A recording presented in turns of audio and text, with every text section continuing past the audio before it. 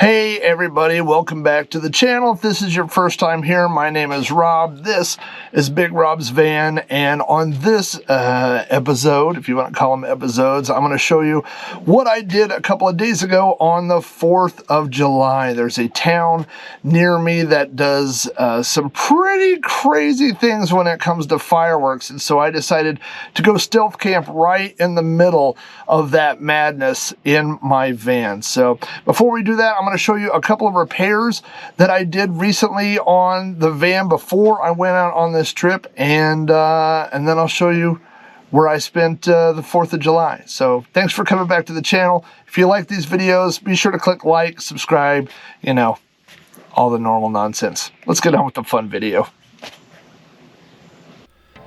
One of the first things I've been wanting to do since I got back from my last trip is remove this bottom 2x4 that you can see here on my table / workbench. It doesn't need to be there. It's not providing any support. It was really just a poor design on my part, and by removing it, I can put more things underneath the desk. So my plan was to remove the desk out of the van and cut that out with one of my saws. However, after I started tugging on this, what I remembered was one of the 4 legs hangs over the little opening where the sliding door is, and I attached another piece of wood. That makes that leg about 4 inches longer than the other ones, and so I wasn't able to pull this out. So I decided I was going to try to cut that piece of wood out while it was in the van. Now, I do own a reciprocating saw. I call it a sawzall, but I've never actually used it on anything before. But you know what? I decided this was the time to try it. The only thing I've ever cut with this saw were branches off a tree, so there's probably a way to do it that doesn't make you feel like a serial killer, but that's kind of what I felt like. I felt like I was a surgeon cutting bones off of a person or something. I just went in there, stuck the saw in, held it kind of where I wanted it to cut, and amazingly, the whole thing worked. I can't believe how well this actually worked.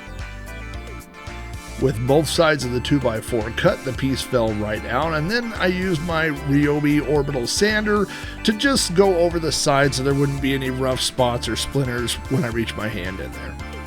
One of the things I didn't think about was that this exposed wood wouldn't be painted, so I grabbed a piece of cardboard and some gray primer paint and just touched up those wood spots. It's not exactly the same color gray, but you would never notice it in a million years. Now I had to cut the other end. As you can see, one of the problems is I use these tubs for storage, and it's just low enough that the tub won't slide underneath there. So that's one of the reasons why I wanted to cut this side out as well. Once again, I'm amazed at how well this went. I just used that 2x4 on the side as a guide for the blade. I pushed it up against there and cut straight up until both sides of the 2x4 were cut out. Again, I hit this side with a quick sanding and some touch-up paint to cover up the bare wood. As you can see, now the tub slides easily in between here. Of course, I didn't think of the fact that now the tub will also slide out. So I'm going to add a little bungee cord, some hooks down here just to keep stuff in. But this is way better. This is a much better solution. The next thing I had to do was remove my R2500 battery from AllPowers, my power station, package it up, and mail it back to the company for an exchange. On my first trip, the very first trip that I took the battery out on, the battery failed. The 110 outlets all stopped working. I got an error code on the front panel, and AllPowers told me the only way to get it fixed was to box it up, send it back to them, and have them exchange it for a new one. Now, I did not get a discount on this. I bought it off of Amazon just like you would have. I spent a lot of money on this, and one of the reasons I bought it is because AllPowers is a name brand, and the fakery batteries that I have I just don't trust. So I was really disappointed that this failed the first time I took it out. I was also disappointed that they wouldn't cross-ship a new battery to me, which means right now it's been about a week since I mailed this off. I haven't had a battery for a week, so really disappointed. I had to go buy a box from Home Depot.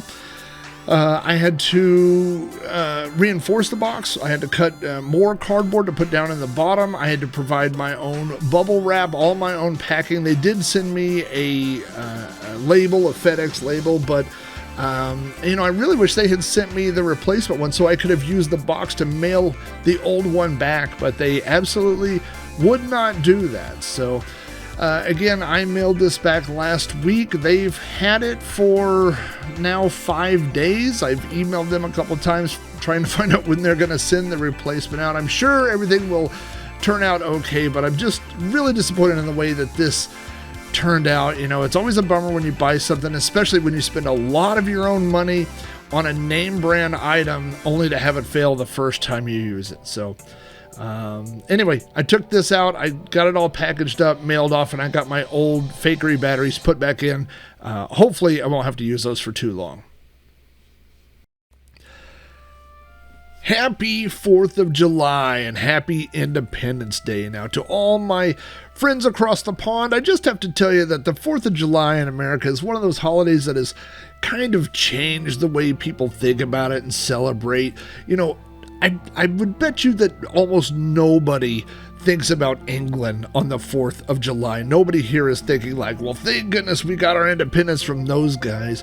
What the 4th of July is really about, other than having a long weekend holiday, is celebrating your personal freedoms. People are grateful for the freedom that they have in this country, the ability to, do what they want, say what they want, express themselves how they want. And the way that a lot of people express their freedom on the 4th of July is by setting off fireworks. Now, most major cities do not allow you to set off fireworks. They can be a safety hazard. They can be a fire hazard. So most places don't let you do that. Now, the city of Mustang, Oklahoma, is one of the very few cities where anyone can set off fireworks. In fact, the entire week of the 4th of July, you can set off fireworks from 3 p.m. until either 10 or 11 p.m. So it's very unusual. So whenever you go to Mustang, Oklahoma at night, it kind of looks like a war zone. It is the craziest experience to see all the fireworks going off. So I decided, what better place to take my van and try to get a good night's sleep in the middle of the fireworks capital of Oklahoma. Now, I picked this parking spot for a couple of reasons. One is that my friend's son was selling fireworks here, so I was familiar with this parking area. But more importantly, according to the law, you cannot set off fireworks within 500 feet of a fireworks stand. So I thought by parking here, I would have a very quiet night's sleep. Boy, was I wrong. Now, one of my best friends, Andy, also happens to be a fireman here in Mustang, Oklahoma, and I found that he was parked just over a mile away from where I had parked. So one of the first things I wanted to do was walk over and see how things were going over in Wild Horse Park. Wild Horse Park is in the center of town, and it's where everybody goes to shoot off their fireworks.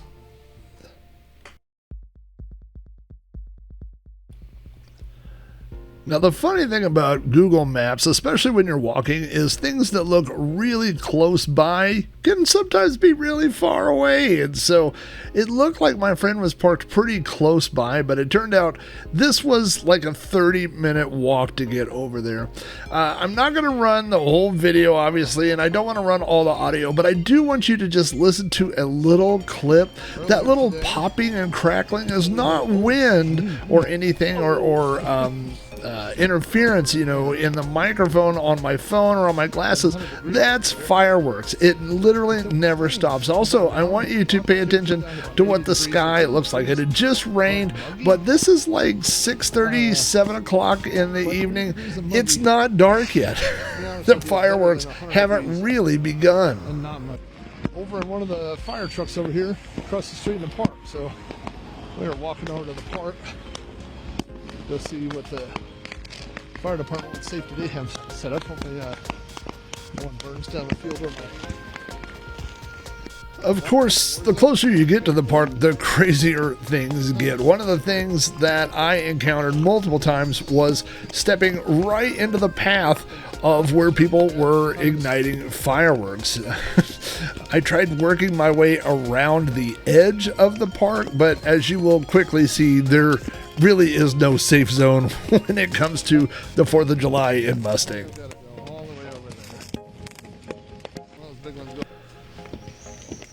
The closer I got to the actual park, the more haze you could see in the air. Just fireworks everywhere. The sky was filling up with smoke. Again, everywhere I stepped, there seemed to be someone setting something on fire. The mumbling you can hear in the background is me because I was live streaming this video on Facebook, and a lot of times you'll hear me shout because I would step too close to a firework that went off, or a really loud one would go off overhead. I was constantly afraid of something shooting me in the face.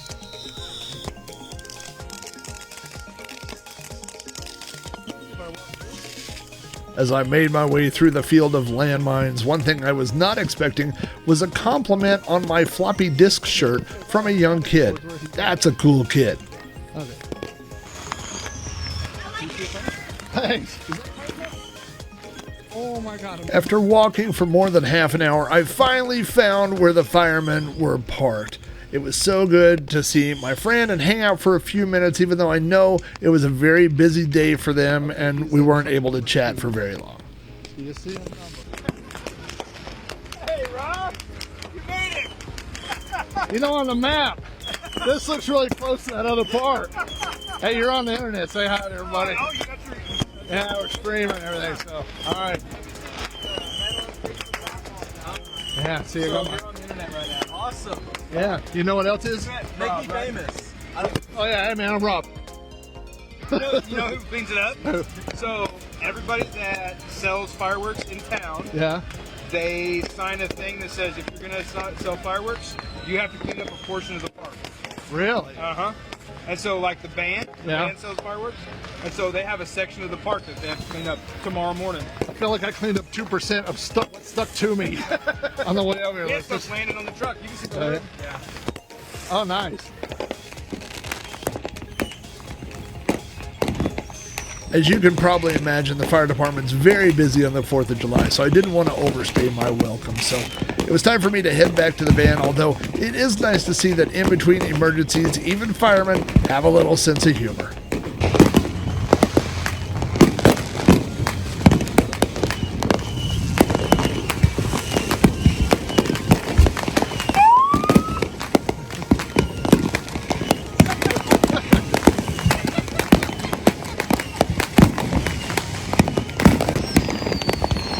To be honest, I actually stayed and chatted a little too long because when it was time for me to head back, as you could see, it was starting to get dark. Combined with all the smoke in the air, that made visibility a real problem for me.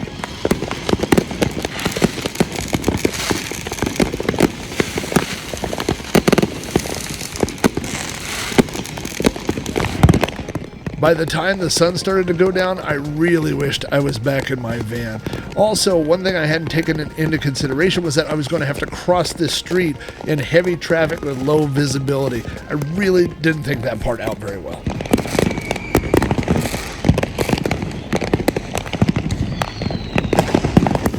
I really wasn't kidding when I said the fireworks go on like this for hour after hour, and the darker it gets, the more fireworks there are. If you are wanting to set off fireworks or just want to see one of the world's craziest fireworks shows, Mustang, Oklahoma is the place to go.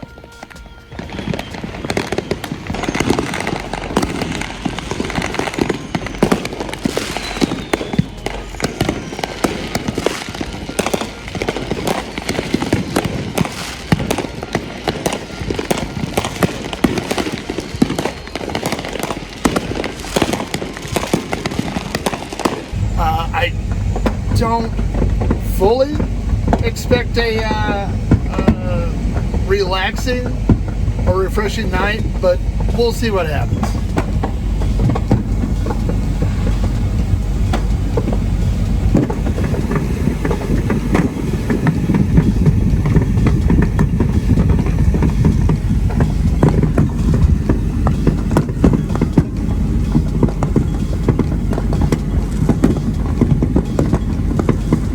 By the way, this building behind me here, that's the fireworks stand.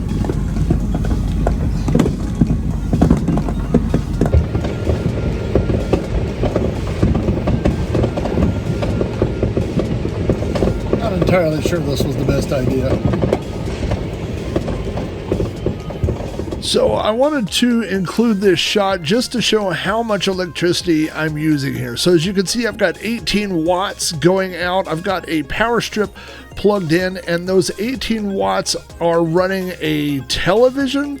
I also have a Roku hooked up to this. I have an external digital TV antenna also running off of this. So all that is running off this one fakery battery. And again, as you can see, it's using 18 to 19 watts. So that's not bad. So things eventually got quiet until around midnight when I had a visitor from an old friend of mine. Rob, I'm watching you. You're not so stealthy. Stealth camper. Yes, Andy and his partner stopped by to see how I was doing, and we were in the middle of chatting when they immediately had to run off because off in the distance they could see a dumpster fire. And by the way, they had just come from a dumpster fire. I think he told me they had almost 20 runs that night. So not just the Mustang Fire Department, but thank you to all firefighters who keep us safe all the time, and especially on the 4th of July when people are or can be really careless and have some dangerous situations. So thanks to all the firemen, and if you happen to know a fireman, tell him thanks for keeping us safe.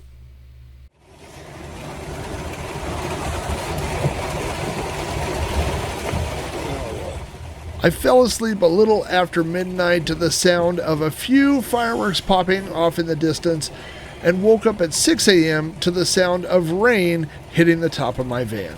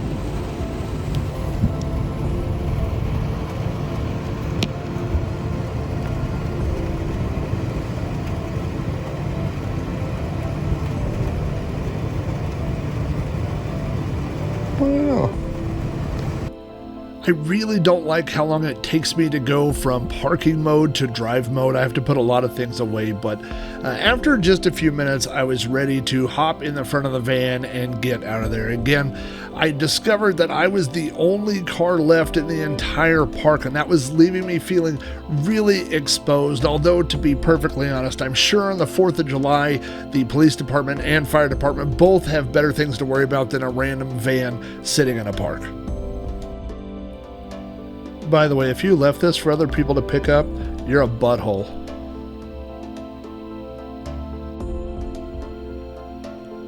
On the 5th of July, there are no fireworks, no sparklers, no celebration, just gentle rain coming down, dark clouds moving in. And although I wasn't that far from home, I decided to swing by one of my favorite places and get a warm cup of coffee, courtesy of the Traveling Tailors, who recently bought me a cup of coffee.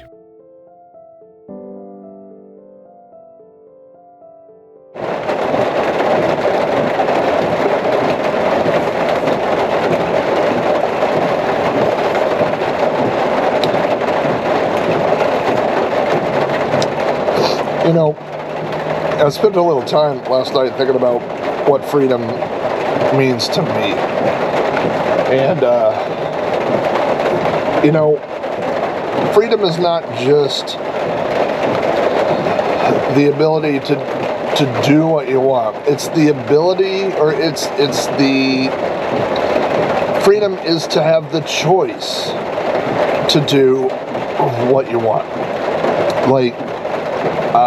Like we have the freedom to light fireworks, but we also have the choice to light fireworks. Like, I don't particularly enjoy lighting fireworks, but I'm glad that people have the choice to do that, and I like watching fireworks. I don't like them going off, on my face, but yeah, I think freedom to me is the choice to be able to do stuff. It's to be able to say what you want.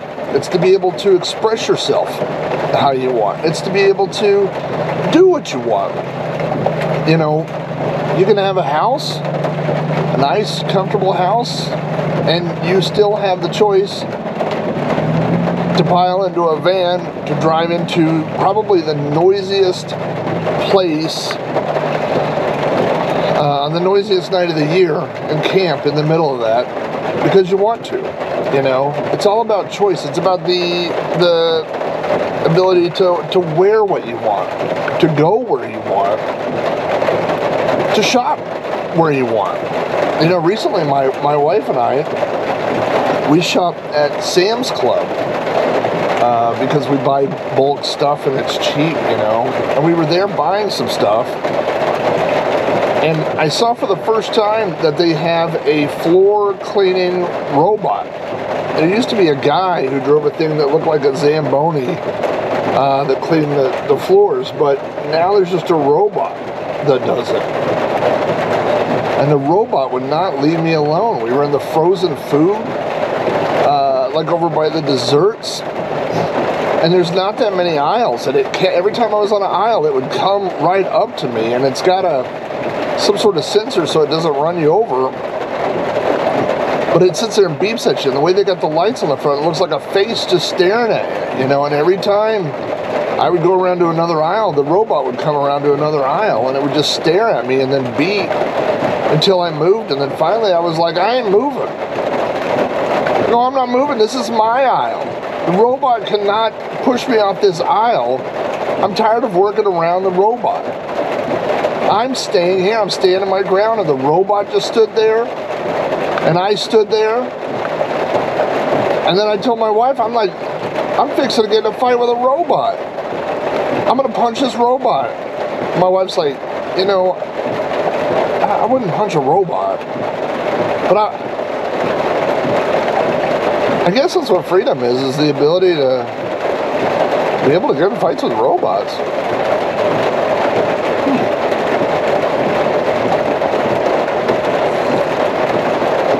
You have a choice. Get in a fight with a robot. There's that deep thought. I chose to fight a robot. My aisle. Don't tell me it's your aisle, it's my aisle.